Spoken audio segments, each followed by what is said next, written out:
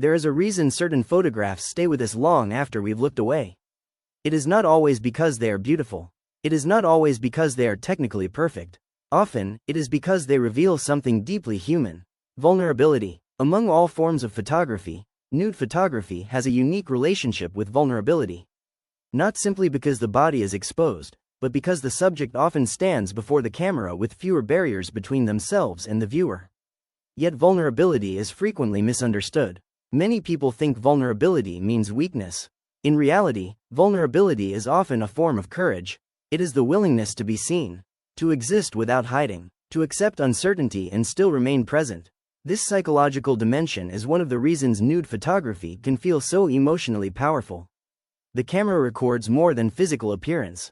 It records posture, expression, tension, comfort, confidence, self-consciousness. Every photograph becomes a subtle conversation between how a person feels and how they choose to present themselves. Even when no face is visible, viewers often sense these emotional qualities. A slight curve of the shoulders may communicate hesitation. An upright posture may suggest strength. Relaxed hands may reveal trust. Tiny details become emotional signals. The photograph begins speaking a language beyond words.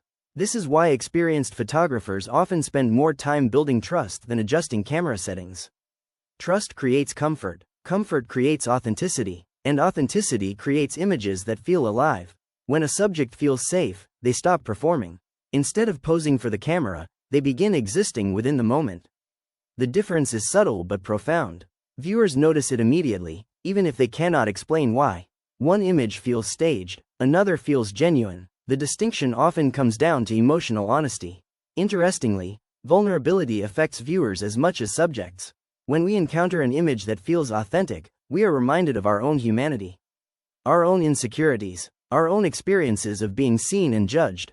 Art becomes a mirror. The photograph reflects something back to us, not necessarily the subject's body, but emotions we recognize within ourselves. This may explain why some of the most memorable nude photographs contain very little explicit detail. The power comes not from exposure. It comes from presence. The image invites empathy rather than observation, connection rather than inspection. The viewer stops asking, "What am I looking at?"